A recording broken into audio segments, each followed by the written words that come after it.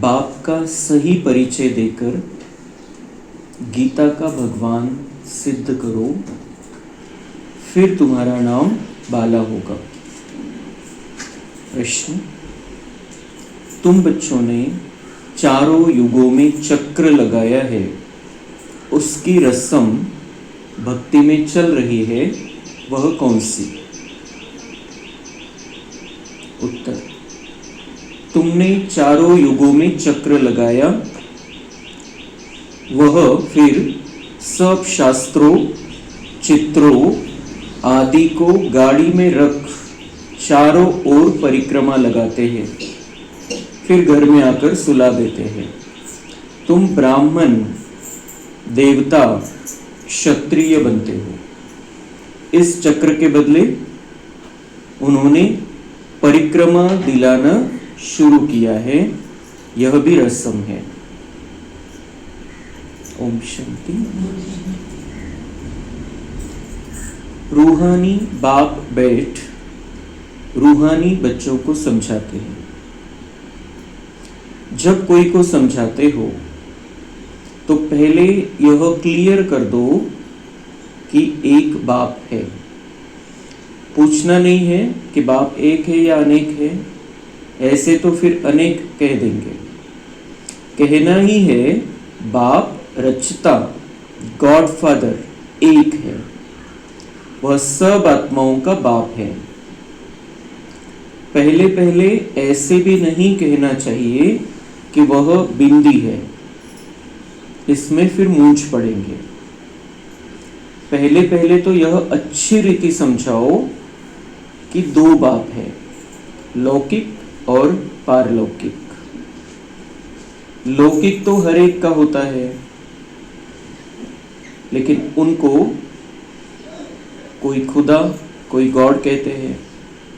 है एक ही, सब एक को ही याद करते हैं। पहले पहले यह पक्का निश्चय कराओ कि फादर है स्वर्ग की रचना करने वाला, वह यहाँ आएंगे स्वर्ग का मालिक बनाने, जिसको शिव जयंती भी कहते हैं। यह भी तुम बच्चे जानते हो, स्वर्ग का रचता भारत में ही स्वर्ग रचते हैं, जिसमें देवी देवताओं का ही राज्य होता है। तो पहले पहले बाप का ही परिचय देना है। उनका नाम है शिव। गीता में भगवान वाच है ना, पहले पहले तो यह निश्चय कराए, लिखा लेना चाहिए। गीता में है भगवान वाच, मैं तुमको राजयोग सिखाता हूं, अर्थात नर से नारायण बनाता हूं। यह कौन बना सकते हैं, जरूर समझाना पड़े। भगवान कौन है, फिर यह भी समझाना होता है। सतयुग में पहले नंबर में जो लक्ष्मी नारायण है, जरूर वही 84 जन्म लेते होंगे। पीछे फिर और धर्म वाले आते हैं, उन्हों के इतने जन्म हो न सके। पहले आने वालों के ही 84 जन्म होते हैं। सतयुग में तो कुछ सीखते नहीं हैं, जरूर संगम पर ही सीखते होंगे। तो पहले पहले बाप का परिचय देना है। जैसे आत्मा देखने में नहीं आती है, समझ सकते, वैसे परमात्मा को भी देख नहीं सकते, बुद्धि से समझते हैं। वह हम आत्माओं का बाप है। उनको कहा जाता है परम आत्मा, वह सदैव पावन है। उनको आकर पतित दुनिया को पावन बनाना होता है। तो पहले बाप एक है, यह सिद्ध कर बताने से गीता का भगवान श्री कृष्ण नहीं है, वह भी सिद्ध हो जाएगा। तुम बच्चों को सिद्ध कर बताना है, एक बाप को ही ट्रुथ कहा जाता है। बाकी कर्म कांड व तीर्थ आदि की बातें सब भक्ति के शास्त्रों में है। ज्ञान में तो इनका कोई वर्णन ही नहीं है। यहाँ कोई शास्त्र नहीं, बाप आकर सारा राज समझाते हैं। पहले पहले तुम बच्चे इस बात पर जीत पाएंगे कि भगवान एक निराकार है, न कि साकार। परमपिता परमात्मा शिव भगवान वाच ज्ञान का सागर सबका बाप वह है। श्री कृष्ण तो सबका बाप हो नहीं सकता, वह किसी को कह नहीं सकता कि देह के सब धर्म छोड़ माम एकम याद करो, है बहुत सहज बात। परंतु मनुष्य शास्त्र आदि पढ़कर भक्ति में पक्के हो गए हैं। तर बाबा म्हणताय, बाबांनी आज जी मुरली चालवलेली सेवेसाठी, की सेवा कशी करायची आणि काय काय गोष्टी क्लिअर करायच्या आहे। मेन काय सांगायचंय त्यांना, सुरुवात कुठून करायची है। बाबा म्हणताय कि पहले बाप का परिचय दो, कि दो बाप है, एक है लौकिक पिता, वो प्रजापिता ब्रह्मा के बारे में तो उनको बाद में पता चलेगा, लेकिन पहले जब नया कोई आता है तो बाबा कहते दो बाप का परिचय दो, एक लौकिक पिता हमारे शरीर के पिता और एक है परम पिता आत्माओं के पिता। और आत्माओं का जो पिता है वही भगवान है। वो जो निराकार होगा, ज्याला शरीर नाही आहे, देहधारी नाही आहे, त्यालाच तर म्हणू शकतो आत्म्याचा पिता।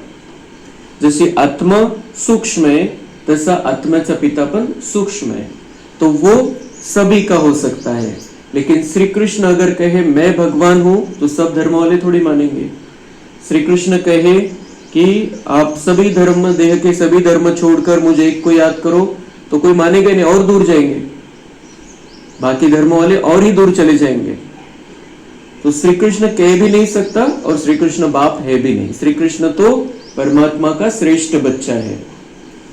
परमात्मा सर्व जो सभी जो ज्ञान जो दुनिया में है, मुख्य जो बातें हैं जिस दुनिया के बारे में, वो परमात्मा ही आकर बताता है। वो ज्ञान का सागर है इसलिए, और उसी को हम कह सकते हैं वो ज्ञान का सागर है। वो निराकार है, सबका पिता है, सबका पिता परमात्मा है। तो वो उसका जो पार्ट है, ये बहुत अच्छी रीति से हमें बुद्धि में रखना है और सबको समझाना है कि फिर परमात्मा एक है, सभी धर्म की सभी आत्माओं का वो एक बाप है, सब आत्माएं हैं। शरीर में आने के बाद जहां जन्म लेते हैं वो कहते हैं हम उस धर्म के हैं, लेकिन आत्मा तो निराकार है, आत्मा का अपना कोई धर्म नहीं है। तो आत्मा का पिता परमात्मा है, परमात्मा का भी कोई धर्म नहीं है, और वो एक किसी धर्म का नहीं है, वो सबका है। तर बाबा म्हणतात की ही एक गोष्ट सिद्ध करा, स्पष्ट करा, आणि त्या आधाराने मग हे पण सिद्ध होऊन जाईल कि गीता का भगवान कौन है। फिर गीता में जो बात बताई है कि वो देह के सभी धर्म छोड़कर मुझ एक को याद करो, या पद्धतीचा जो श्लोक है मेन भगवद गीतेचा, कि सबको छोड़कर मुझे याद करो, तो वो कौन कह रहा है? जो सभी धर्म की सभी आत्माओं का पिता, इसलिए तो कह रहा है बाकी सब धर्म छोड़, मुझ एक को याद करो। मग त्याच भगवत गीतेमध्ये अशा काही गोष्टी आलेल्या आहे की ज्यातून क्लिअर होतं की श्रीकृष्ण हे बोलूच शकत नाही, हे बोलणारं निराकार है, परमपिता परमात्मा है। तो वो श्री कृष्ण इस ज्ञान से बना। श्री कृष्ण के पिता शिव बाबा है, और शिव बाबा ने श्री कृष्ण के अंतिम जन्म के शरीर में आकर प्रवेश करके ये ज्ञान सुनाया है। उसमें त्या गीतेच्या श्लोकामध्ये असं काही आलेलं आहे स्पष्टपणे की ते श्रीकृष्ण सांगू शकत नाही। वो उसमें बताया गया है कि भगवान कैसा है, अणु से भी सूक्ष्म है, असं पण त्याच्यामध्ये सांगितलेलं आहे। भलेही त्याच्यामध्येच आलेले की तो हजारो सूर्यांपेक्षा जास्त तेजोमय, त्याचं तेज तेवढं आहे, त्याच्यामध्ये ज्ञान तेवढं आहे, त्याच्यामध्ये शक्ती तेवढी आहे। पण त्याच भगवद्गीतेमध्ये श्लोक आहे की परमात्मा अणुपेक्षा पण छोटा है, तर त्याची सूक्ष्मता त्याच्यामध्ये आलेली है। तो श्री कृष्ण के लिए तो ऐसा नहीं कह सकते, श्री कृष्ण तो देहधारी है, अणु से भी छोटा है परमात्मा। मग त्याच्यामध्ये अजून आलेले आहे, अजून एक श्लोक आहे त्याच्यामध्ये कि वो परमधाम का रहने वाला है, परमात्मा परमधाम का रहने वाला। भगवत गीतेमध्ये जे श्लोक आहे त्याच्यामध्येच म्हटलेलं आहे निज धामावर मी, निज धामामध्ये परमधामामध्ये मी राहतो, शब्द आलेला आहे त्याच्यामध्ये परमधाम का। तो ये जो भगवत गीता किसने सुनाई, ये बहुत क्लियर है कि परमात्मा ने आकर इस शरीर का आधार लेकर ये भगवत गीता सुनाई, लिखी 2500 वर्ष के बाद में गई। अभी हम सुन रहे हैं, अभी वो गीता का एपिसोड चल रहा है। आता बाबा आपल्याला ही गीता ऐकवतोय, जी सच्ची गीता आहे, आणि मग हे आपल्यातलेच एक वरिष्ठ भाई ती गीता लिहिणारे 2500 वर्षानंतर, त्यामुळे थोडाफार फरक झालेला आहे. पण जर सूक्ष्मतेने बघितलं आणि शिवबाबा ऐकवतो अशी जर ती भगवद्गीता जरी वाचली आपण भक्ती मार्गातली, तरी आपल्याला क्लियर होईल कि बाबा ने ये समझाया है. इसलिए बाबा कह रहे ये सबसे पहले ये तुम्हें सिद्ध करना है. बाकी भक्ति मार्ग में तीर्थ यात्रा की बातें हैं, कर्मकांड की बातें हैं, अलग अलग शास्त्र हैं, लेकिन यहाँ पर तो वो कुछ भी नहीं है. यहाँ पर तो भगवान सीधा आकर डायरेक्ट हमसे बात करता है. तो हम भक्ति से बहुत आगे के स्टेप में आ गए हैं अभी. आणि हा जो पॉइंट आहे, परमात्मा कोण आहे, परमात्मा विषयीचा सत्य परिचय, गीता का भगवान कोण आहे, याविषयीचा काही विशेष क्लास आपण आज संध्याकाळी लावू. म्हणजे अजून क्लॅरिटी येईल की आपल्याला कसं समजवायचं आहे. समजवायचं कोणाला आहे, कधी आहे, ते वेळ काळ परिस्थिती बघून. कोणाच्याही भावनेचा आपल्याला निरादर करून नाही समजवायचं की तुम्हाला कळत नाही, आम्ही तुम्हाला खरं सांगतो. आपण बाबांनी कसं सांगितलं, सुरुवात कशी करायची कि आपके दो पिता है, एक शरीर के पिता, एक आत्मा के पिता. फिर वो निराकार है, फिर आत्माएं सब सेम है, सभी धर्म की आत्माएं, हमने अलग अलग कर लिया ये, तो सबका पिता एक है. और वो आकर ये गीता का ज्ञान देता है.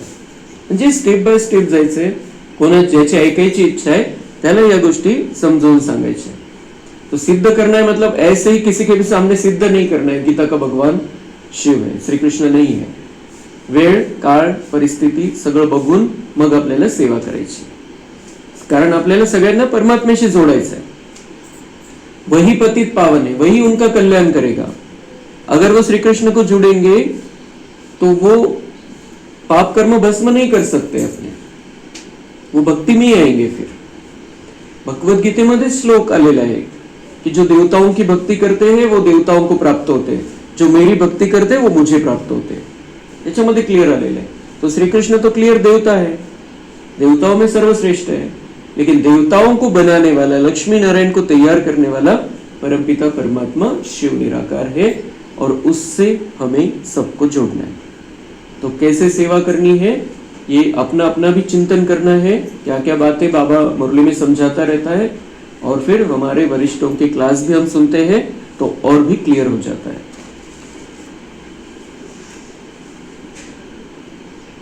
तो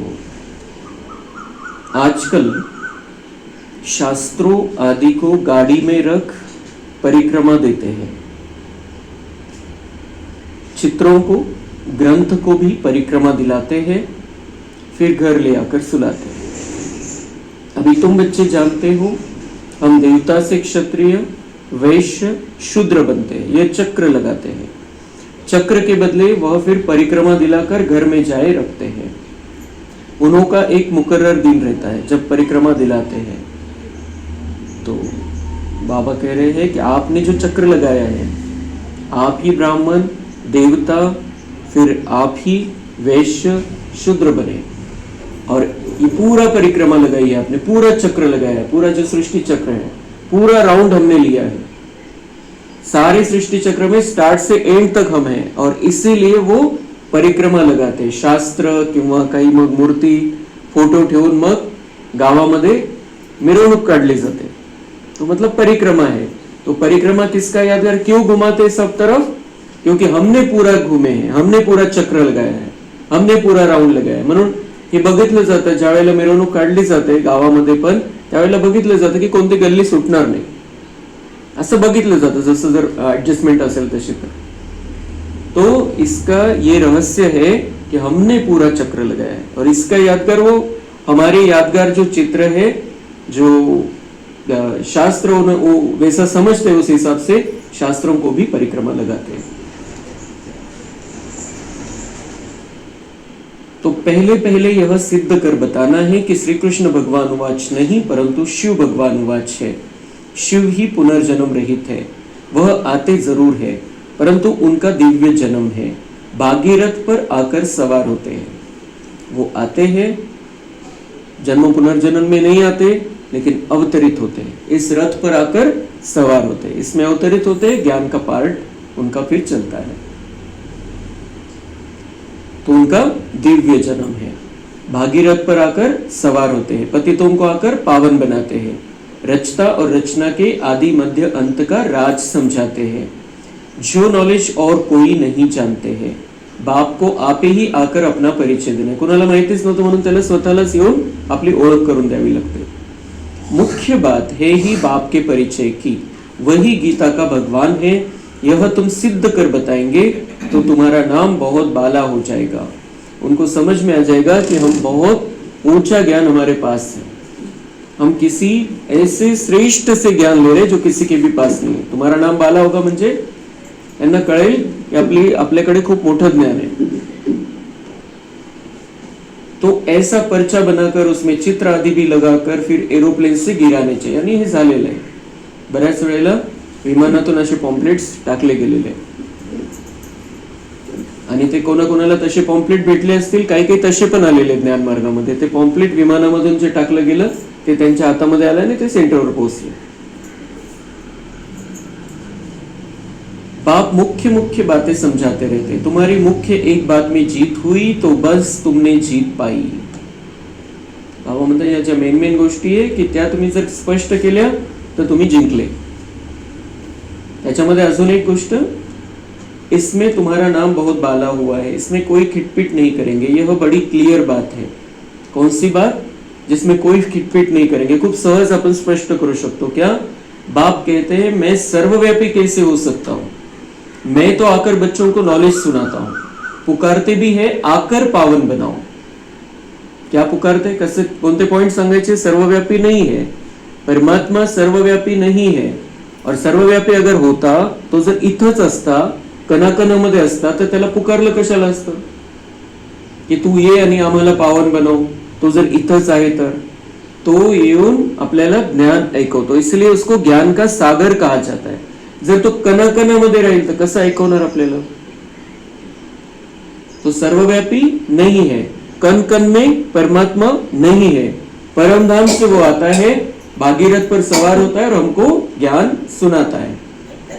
उसको पुकारते हैं आकर पावन बनाओ, रचता और रचना का ज्ञान सुनाओ. महिमा भी बाप की अलग, श्री कृष्ण की अलग है. ऐसे नहीं शिव बाबा आकर फिर श्री कृष्ण या नारायण बनते हैं. 84 जन्मों में आते ही नहीं. शिव बाबा श्री कृष्ण या नारायण नहीं बनता है. श्री कृष्ण तो सबका बाप है. ये तो उस आत्मा का पार्ट है जो ब्रह्मा बनती है लास्ट में, फिर श्री कृष्ण बनती है, वही नारायण बनता है, फिर वही 84 जन्मों में आते हैं. श्री कृष्ण का ये पार्ट है. लेकिन परमपिता परमात्मा जन्म मरण के चक्कर में नहीं आते हैं, इसीलिए वो परमात्मा है. वो सदा पावन है, इसीलिए परमात्मा है. वो सबसे ऊंचे है, इस चक्र से बाहर है, इसीलिए वो परमात्मा है. और वो आकर, हम जब चक्र में फंस जाते हैं, इस चक्कर में फंस जाते हैं, तब वो आकर हमें छुड़ाता है. अगर वो भी इस चक्कर में रहे तो कौन छुड़ाएगा फिर? इसलिए बाबा का पार्ट है बाहर रहने का. तुम्हारी बुद्धि सारी यह बातें समझाने में लगी रहनी चाहिए. मुख्य है ही गीता. कारण ती भक्ती मार्गवाल्यांना जर शास्त्राच्या आधाराने जर समजवायचं तर बाबा म्हणते त्याच्यामध्ये मुख्य आहे गीता. मग गीतेतले श्लोक घेऊन त्यांना समजून सांगू शकता तुम्ही. भगवान उवाच है तो जरूर भगवान का मुख चाहिए ना. भगवान तो है निराकार, आत्मा मुख बिगर बोले कैसे? तब कहते हैं मैं साधारण तन का आधार लेता हूं. याच्यामध्ये पण तसं श्लोक आलेला आहे कि मैं साधारण तन, भगवत गीतेमध्ये पण आलेले कि मैं साधारण तन में आता हूं और मूढ़मती मनुष्य मुझे नहीं पहचान पाते, कोटों में कोई मुझे पहचानता है. तो श्री कृष्ण तो साधारण नहीं है, तो भव्य दिव्य रूप है त्याचं. उस रूप में आए तो फिर कौन नहीं पहचानेगा? लेकिन साधारण मनुष्य तन में आता है वो, और इसीलिए जिनकी बुद्धि मूढ़ हो गई वो नहीं पहचान सकते. करोड़ों में कोई हमारे जैसे निकलते हैं जो भगवान को पहचान लेते हैं.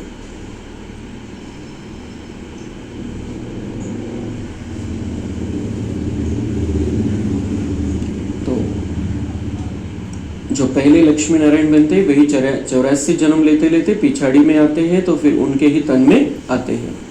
श्री कृष्ण के बहुत जन्मों के अंत में आते हैं. ऐसे ऐसे विचार सागर मंथन करो कि कैसे किसको समझाए. तो जो बाबा हमें पॉइंट्स देते हैं वो पॉइंट्स हम लिख कर भी रख सकते हैं, उस पर विचार सागर मंथन करके, तो फिर समझाने में आसान. त्या टाईपचा व्यक्ती असेल तर आपल्याकडे पॉइंट्स असले पाहिजे त्याला कसं समजवायचं, म्हणून आपल्याकडे पूर्ण डाटा तैयार पाहिजे. एक ही बात से तुम्हारा नाम बाला हो जाएगा, रचता बाप का सबको मालूम पड़ जाएगा. फिर तुम्हारे पास बहुत आएंगे, तुमको बुलाएंगे कि यहाँ आकर भाषण करो. ये पहले बाबा ने सुनाया था कि भाषण करने बुलाएंगे. अभी तो कहाँ कहाँ नहीं बुलाते. मतलब बड़े बड़े जो हमारे बाबा के बच्चे हैं वरिष्ठ, उनको तो कहाँ कहाँ नहीं बुलाते कि आप आकर समझाओ. तुमको बुलाएंगे कि यहाँ आकर भाषण करो, इसलिए पहले पहले अलग सिद्ध कर समझाओ. तुम बच्चे जानते हो बाबा से हम स्वर्ग का वर्षा ले रहे हैं. बाबा हर 5000 वर्ष बाद भारत में ही भाग्यशाली रथ पर आते हैं. यह है सौभाग्यशाली. जिस रथ में भगवान आकर बैठते हैं, कोई कम है क्या? भगवान इनमें बैठ बच्चों को समझाते हैं कि मैं बहुत जन्मों के अंत में इसमें प्रवेश करता हूँ. श्री कृष्ण की आत्मा का रथ है ना, वह खुद श्री कृष्ण तो नहीं है, बहुत जन्मों के अंत का है. हर जन्म में फीचर्स, ऑक्युपेशन आदि बदलता रहता आहे. श्रीकृष्णाचं श्रीकृष्ण रूप पहिल्या जन्मामध्ये, नंतर प्रत्येक जन्मामध्ये त्याचं वेगवेगळं रूप आहे. वेगवेगळ्या परिवारामध्ये त्याने जन्म घेतलेला आहे. बहुत जन्मों के अंत में जिसमें प्रवेश करता हूं वह फिर श्री कृष्ण बनते हैं. वही मतलब उसका एक ही जन्म है श्री कृष्ण रूप में, 150 वर्ष. वही मतलब उसका नाम चेंज हो जाता है, नारायण बनता है, लेकिन वही हम कह सकते हैं कि श्री कृष्ण है 150 वर्ष. बाकी तो फिर वो अलग अलग जगह पर अलग अलग रूप रंग के साथ अलग अलग पार्ट बचाएगा. तो भगवान कब आते हैं? संगम युग में. हम भी बाप का बनकर बाप से वर्षा लेते हैं. संगम युग में बाबा आते हैं, जैसे श्री कृष्ण वर्षा पाता है वैसे हम भी बाबा का बनकर वर्षा लेते. बाबा का बनना है, बहुत अच्छी रीति से बाबा का बनना है, उनको ही वर्षा मिलेगा. बाप पढ़ाकर साथ ले जाते हैं और कोई तकलीफ की बात नहीं. बाप सिर्फ कहते हैं माँ में कम याद करो. तो यह अच्छी रीति विचार करना चाहिए कि कैसे कैसे लिखे. यही मुख्य मिस्टेक है, जिस कारण ही भारत अनराइटियस, इरिलीजियस, इंसॉल्वेंट बना है. मतलब भगवान को ने ये जानते नहीं है किसको याद करना है, एक को ये जानते नहीं, इसलिए भारत का क्या हाल हो गया है. दिवाळखोरीमध्ये भारत निघाला, अधार्मिक झाला, धर्माचा इतका प्रभाव आहे तसं म्हणायला बरोबर, पण आतमधली धार्मिकता संपली आणि झूठखंड बनलेला आहे भारत. बाप फिर आकर राजयोग सिखलाते हैं, भारत को राइटियस सॉल्वेंट बनाते. पुन्हा भरपूर होऊन जाणार भारत आणि सचखंड बनणार आहे. सारी दुनिया को राइटियस बनाते हैं. उस समय सारे विश्व के मालिक तुम ही हो. कहते हैं ना, wish you long life and prosperity. शुभेच्छा देतो अपन सगळ्यांना कि आपका जीवन आप जियो हजारों साल, साल के दिन हो 50,000, ऐसे अलग अलग शुभकामनाएं देते हैं. और आप भरपूर रहो, आपके पास भरपूर धन माल रहे, वैभवशाली बनकर रहो. तो ऐसी हम शुभकामनाएं देते हैं सबको. बाबा कह रहे, बाबा आशीर्वाद नहीं देते हैं कि सदा जीते रहो. यह साधु लोग कहते हैं अमर रहो. तुम बच्चे समझते हो अमर तो जरूर अमरपुरी में होंगे. तो भगवान कोई आशीर्वाद नहीं देते, भगवान रास्ता बताते हैं, शक्ति देते हैं, प्यार करते हैं हमसे, और हम अपने हक से अपना अधिकार लेते हैं, अपना भाग्य बना लेते हैं. बाबा कहते हैं कि साधु लोग आशीर्वाद देते हैं, और उनका आशीर्वाद भी कैसे है? झूठा आशीर्वाद है. अमर रहो. कोई साधु, कोई सन्यासी, कोई ऋषि मुनि अमर नहीं हुआ. सबको जाना पड़ा, सब चले गए, सब जाते रहते हैं, लेकिन फिर भी वो आशीर्वाद देते हैं अमर रहो. तो बाबा म्हणता है तुम बच्चे समझते हो अमर तो जरूर अमरपुरी में होंगे. अमर तो हम कहां पर होंगे? अमरपुरी में. और अमरपुरी में लेकर जाने के लिए बाबा आया है. और वहां पर भी हम अमर कैसे रहेंगे? हम अपनी मर्जी से शरीर छोड़ेंगे. 150 वर्ष पूरे हो जाएंगे, आपल्या मनामध्ये येईल कि अभी छोटा बच्चा बनना है, यहाँ का पाठ खत्म. तब हम अपनी मर्जी से बोल चाल कर, समझ बूझ कर हम शरीर छोड़ेंगे और सब हमको हंसी खुशी से रवाना करेंगे. इसलिए वो अमरपुरी है. मृत्युलोक में अमर कैसे कहेंगे? तो बच्चे जब मीटिंग आदि करते हैं तो बाप से राय पूछते हैं. बाबा एडवांस राय देते हैं, सब अपनी अपनी राय लिख भेजे, फिर बल इकट्ठे भी हो. राय तो मुरली में लिखने से सबके पास पहुंच सकती है. खर्चा बच जाए। तो बाबा कह रहे हैं इस खर्चे से जो सेंटर भी खुल सकता है, खर्चा बच जाए। गांव गांव में जाना चाहिए चित्र आदि लेकर। तर बाबा म्हणता है कि मैं एडवांस में ही राय देता हूँ, बच्चे पूछेंगे फिर मैं बताऊंगा, मैं तो मुरली में से राय देता रहता हूँ। फिर बच्चे आपस में बैठकर मीटिंग कर सकते हैं, राय शेअर कर सकते एक दुसरे के साथ, काय काय वाटतं आपल्याला याची चर्चा आपण करू शकतो। पण बाबा आपल्याला काय करायचे ते स्पष्टपणे मुरलीमधून सांगत असतो। तुम बच्चों का जास्ती इंटरेस्ट सूक्ष्म वतन की बातों में नहीं होना चाहिए। ब्रह्मा विष्णु शंकर आदि चित्र है तो इस पर थोड़ा समझाया जाता है, इनो का बीच में थोड़ा पार्ट है। बाबा म्हणतात जास्त सूक्ष्म वतनच्या गोष्टीमध्ये जायचं नाही, कारण मग त्यामध्ये माया पण येऊ शकते कि हम ध्यान करें। अगर हम आत्मा समझकर परमात्मा के साथ में कनेक्टेड है तो माया नहीं आएगी, लेकिन हम जब चित्र देखते हैं सूक्ष्म वतन का तब बीच में माया आ सकते। म्हणून बाबा म्हणतात त्याच्यामध्ये जास्त इंटरेस्ट नाही, तेवढ्या पुरताने आपल्याला क्लॅरिटी है सूक्ष्म वतन में किस लिए जाना है। सूक्ष्म वतन में बाबा से दृष्टि लेनी है, बाबा का वरदानी हाथ अपने सिर पर रखवाना है, बाबा को कुछ बताना है, बाबा से बातें करनी, तेवढं पुरतं तेवढं सूक्ष्म वतन। पण जास्त त्याच्या डीप मध्ये नहीं जायचंय सूक्ष्म वतनच्या, क्योंकि बाबा कहते हैं ये थोड़ा सा तुम बच्चों के लिए ये पार्ट रखा हुआ है। मेन आहे आत्मेचं परमात्मेशी कनेक्शन। तुम जाते हो मिलते हो बाकी और कुछ नहीं, इसलिए इसमें जास्ती इंटरेस्ट नहीं लिया जाता है। यहाँ आत्मा को बुलाया जाता है, उनको दिखाते हैं, कोई कोई आकर रोते भी है, कोई प्रेम से मिलते हैं, कोई दुख के आंसू बहाते हैं। ये सब ड्रामा में पार्ट है जिसको चिट चाट कही जाए। वे लोग तो ब्राह्मणों में कोई की आत्मा को बुलाते हैं, फिर उनको कपड़ा आदि पहनाएंगे। अब शरीर तो वह खत्म हो गया, बाकी पहनेंगे कौन। तुम्हारे पास वह रस्म नहीं है, रोने आदि की तो बात ही नहीं। तो ऊंच ते ऊंच बनणं आहे। जसं आपण असा अनुभव करतो की सूक्ष्म वतनमध्ये गेलो, मग त्या आत्मेला बोलवलं, ती आत्मा तिथं आली, असा अनुभव करतो। किंवा मग इथं ज्या दिवशी भोग लावायचा असतो दादींना वगैरे, तर त्यांना इथं त्यांची आत्मा कधी कधी प्रवेश करते ते संदेशी बहनच्या तनामध्ये। तो हम दृष्टि लेते हैं, उनसे बात होती है, वो कुछ देते हैं, फूल वगैरह देते हैं उनके हाथ से, इतना ही होता है। बाकी बाबा मानते हैं कि यहाँ पर तो ब्राह्मण को बुलाते हैं, उसको खिलाते हैं, कपड़े पहनाते हैं। बाबा मानते हैं इसकी जरूरत ही नहीं है, वो आत्मा तो चली गई, ब्राह्मण को कपड़े पहना के क्या होगा। इसलिए यहाँ पर वो रस्म नहीं है। उनको बुलाते हैं, उनको बाबा की सकाश देते। अगर किसी भाई बहन ने शरीर छोड़ा है तो उनके लिए भोग लगता है, तो उनको और भी आगे का उनका सफर अच्छा हो इसलिए सकाश देते हैं हम। बाकी फिर वो रस्म जो यहाँ पर चलती है लौकिक में, वो रस्म हमारे पास नहीं है। वो आत्मा को बुलाते हैं उस शरीर में, वो पहले आते भी होंगे, कोई वैसा अनुभव भी होता होगा, लेकिन अभी तो नहीं है। अभी तो वो ताकत ही किसी में नहीं है कि वो जिस आत्मा को बुलाए वो आत्मा उसके अंदर आकर बैठ जाए, ऐसा तो होता ही नहीं है अभी। लेकिन जो संदेशी बहनें हैं उनके तन में वो ब्राह्मणों की जो आत्माएं हैं, जो हमारे ब्राह्मण है, यज्ञ के ब्राह्मण, वो छोड़कर चले गए हैं शरीर, वो आते रहते हैं उनके शरीर में। लेकिन बाबा कहते हैं उनको सिर्फ यहाँ पर मिलने के लिए बुलाया जाता है, दृष्टि देने के लिए बुलाया जाता है, बाकी कोई रस्म नहीं है। म्हणून या गोष्टी बाबा म्हणतात हे शॉर्ट मध्ये आपल्याकडे, असं मोठं त्याचं रूप काहीच नाही। तो ऊंच से ऊंच बनना है, वो कैसे बने। जरूर बीच में संगम युग है जब पवित्र बनते हैं। तुम एक बात सिद्ध करेंगे तो कहेंगे यह तो बिल्कुल ठीक बताते हैं। भगवान कभी झूठ थोड़ी बता सकते हैं। फिर बहुतों का प्यार भी होगा, बहुत आएंगे। तो ऐसे एक एक बात सिद्ध होने लगे। इसलिए ये जब बाबा की मुरली चली है तब संख्या कितनी होगी, 5000 भाई बहने होंगे पूरे भारत में।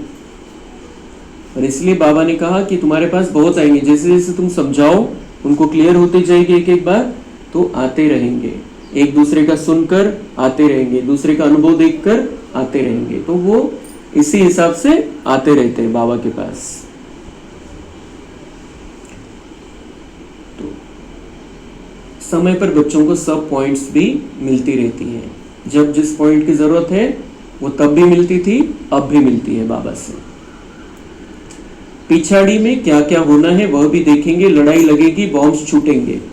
पहले मौत है उस तरफ, बॉम्ब से जो मौत है, बाबा म्हणतात पहले मौत है उस तरफ, भारत के बाहर। यहाँ तो रक्त की नदियां बहनी है, फिर घी दूध की नदी. पहिले पहिले धुवा विलायत से निकलेगा. जे महाविनाशाला सुरुवात होणार आहे, बाबा म्हणतात धुवा विलायत से निकलेगा, आणि तो दूर निघायला सुरुवात झालेली आहे तिथून. सिर्फ अभी थोड़ा उसका बड़ा स्वरूप होना है. कोई आकर बीच में रोक देता है, कोई किसी न किसी कारण से. कोणाचं व्यापाराचं कारण आहे, कोणाचं कशाचं कारण आहे, कोणाचं काही काय कारण आहे. म्हणून मोठं युद्ध, जे खूप मोठं युद्ध होणार आहे, त्याला कोणीतरी थांबवून देतं काही काळासाठी. हे फक्त काही काळासाठी थांबतं आणि पुन्हा मोठ्या रूपामध्ये होणार आहे. लेकिन अभी तो 2025 में तो ये सारी तैयारियां हो चुकी है. अभी कभी भी शुरू हो जाए महाविनाश हो जाएगा, ऐसी परिस्थिति है उधर. तो बाबा कह रहे हैं धुआं विलायत से निकलेगा. डर भी वहां है. कितने बड़े बड़े बॉम्ब्स बनाते हैं, क्या क्या उसमें डालते हैं जो एकदम शहर को खलास कर देते हैं. जैसे अभी इतना बड़े युद्ध चल रहे हैं, जिन देशों में चल रहे, कितने डरे हुए होंगे वहां के लोग. लेकिन हमें तो कोई डर नहीं. हमको मालूम है हमारी रक्षा करने वाला भगवान हमारे साथ में, और हमारी मिलिट्री भी पावरफुल है. हमारे पास बहुत अच्छे अच्छे शस्त्रास्त्र है, जो हमने दिखा भी दिया है कि हमारी तैयारी कितनी है. इसलिए हम नहीं डरते. लेकिन बाद में जो होगा, बाबा कहते वो पहले ये उधर हो जाने वाला है, लेकिन बाद में यहाँ पर खून की नदियां बहेंगी, आणि त्या काळासाठी आपल्याला तयार व्हायचं. ते कधी होईल माहिती नाही, वर्षात होतं की 2 वर्षात, पण महाविनाशाची सुरुवात तर झालेली बाहेरून. तो बाबाने काय, बाहेर से होगा पहले. तो एकदम शहर की बॉम्ब्स ऐसे डालते, क्या क्या उसमें डालते हैं जो एकदम शहर को खलास कर देते. अणुबॉम्बची गोष्ट बाबा करतोय. यह भी बताना है किसने स्वर्ग की राजाई स्थापन की. फिर वापस बाबा आ गया, क्या समझाना है. किसने स्वर्ग की राजाई स्थापन की. हेवनली गॉडफादर जरूर संगम पर ही आते हैं. तुम जानते हो अभी संगम है. तुमको मुख्य बात समझाई जाती है बाप के याद की, जिससे ही पाप कटेंगे. भगवान जब आया था तो कहा था मामेकम याद करो तो तुम सतोप्रधान बन जाएंगे, मुक्ति धाम में जाएंगे. फिर पहले से लेकर चक्र रिपीट होगा. डेटिज्म, इस्लामिज्म, बुद्धिज्म, ये सब बाकी धर्म बाद में आएंगे. तुम स्टूडेंट की बुद्धि में यह सारी नॉलेज होनी चाहिए. खुशी रहती है हम कितनी कमाई करते हैं, मतलब हम जो वहां पर मालामाल रहेंगे वो तो बात अलग है, लेकिन बाबा हमें कितनी कमाई करा रहा है. कोई तपस्या नहीं, कोई हठयोग नहीं, कोई हिमालय में जाकर नहीं बैठे, लेकिन बाबा हमें कितने ऊंचे ऊंचे ज्ञान रत्न देता है, जो ऋषि मुनियों के बड़े बड़े महात्माओं के नसीब में नहीं है. कितनी सहजता से बाबा मुरली में हमें स्पष्ट कर देता है सारी बातें. तो कितनी कमाई हम कर रहे हैं, आत्मा कितनी भरपूर हो रही है कि हमें सब कुछ पता चल रहा है.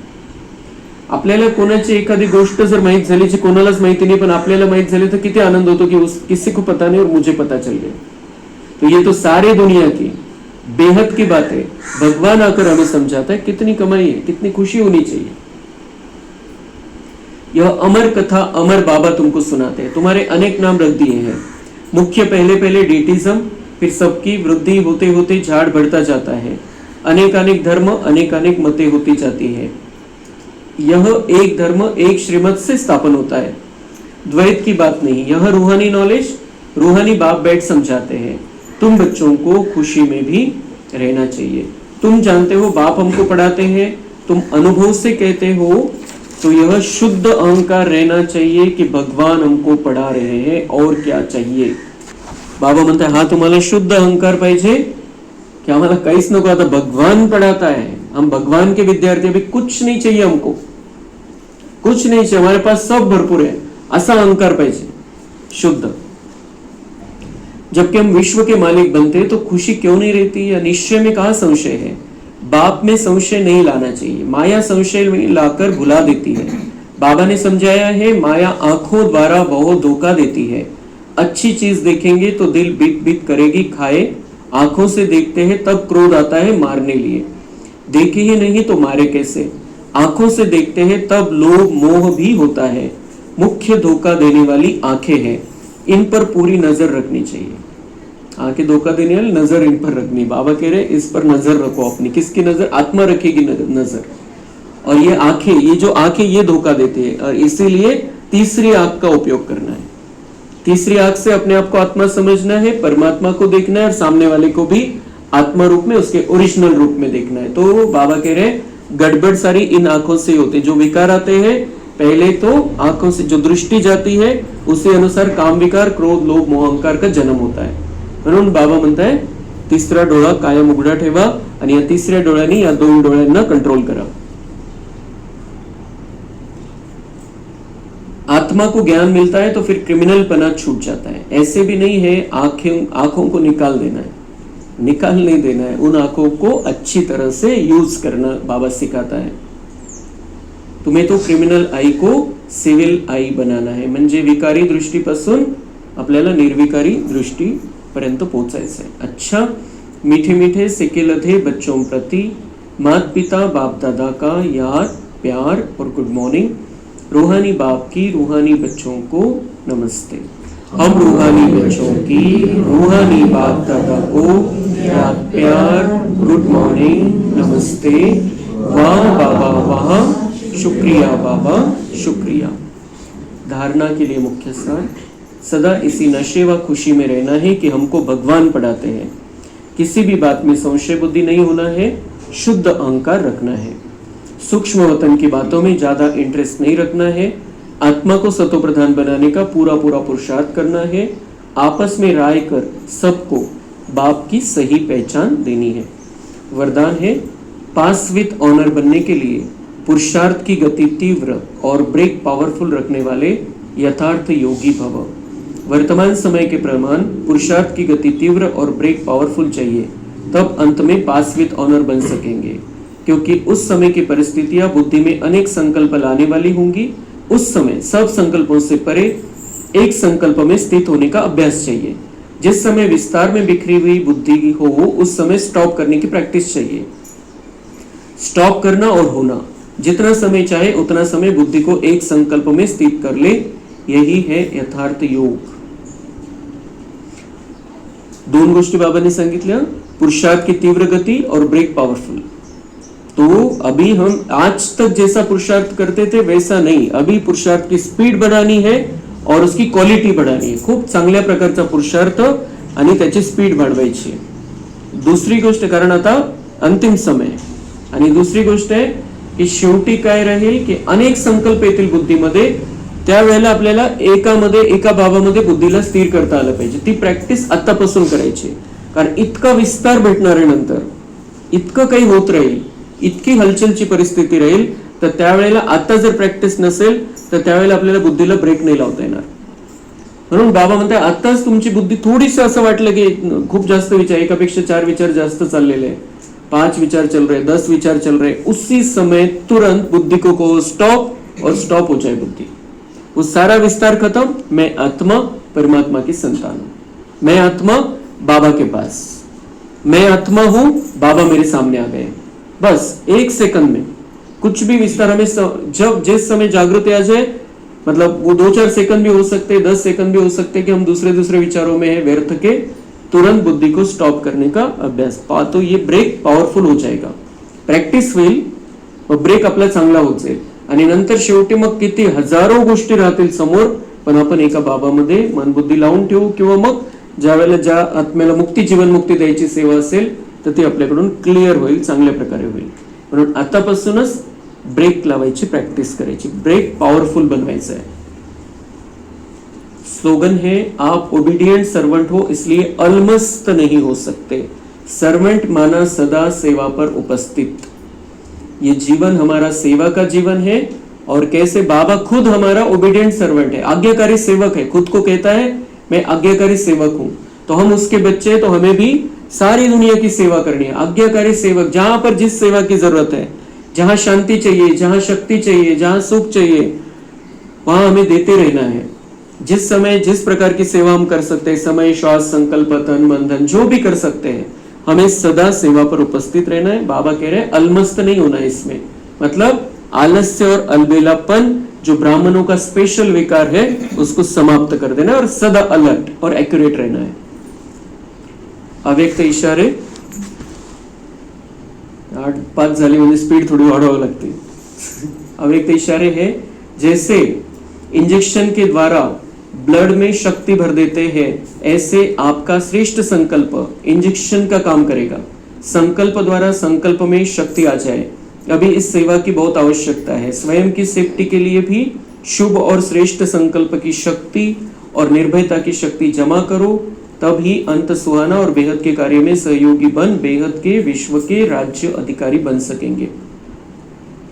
तो बेहद के विश्व के राज्य अधिकारी हमें बनना है। सतयुग में बेहद का विश्व और वहां पर हमें राज्य करना है और अंत सुहाना होना चाहिए हमारा, खूब आरामात शरीर सोडायचं है। तो इसके लिए हमें निर्भयता भी रखनी है, निर्भयता की शक्ति जमा करनी है। वो कैसे जमा होगी?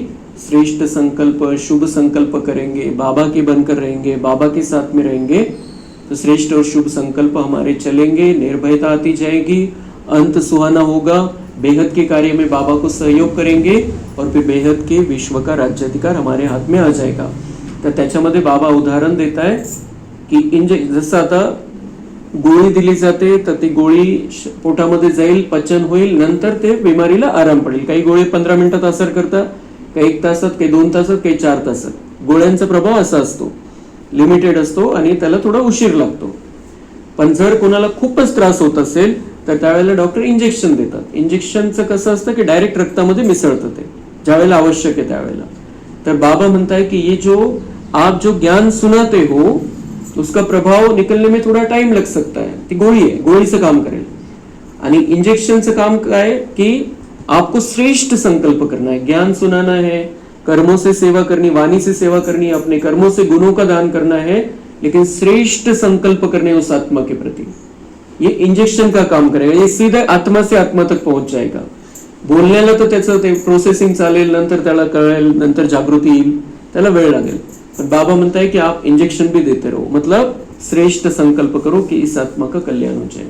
तो इसमें हमारा भी कल्याण है क्योंकि हम भी स्थिर रहेंगे, बुद्धि की क्वालिटी अच्छी रहेगी, बाबा से कनेक्शन रहेगा और उस आत्मा का भी कल्याण हो जाएगा। अच्छा, ओम शांति।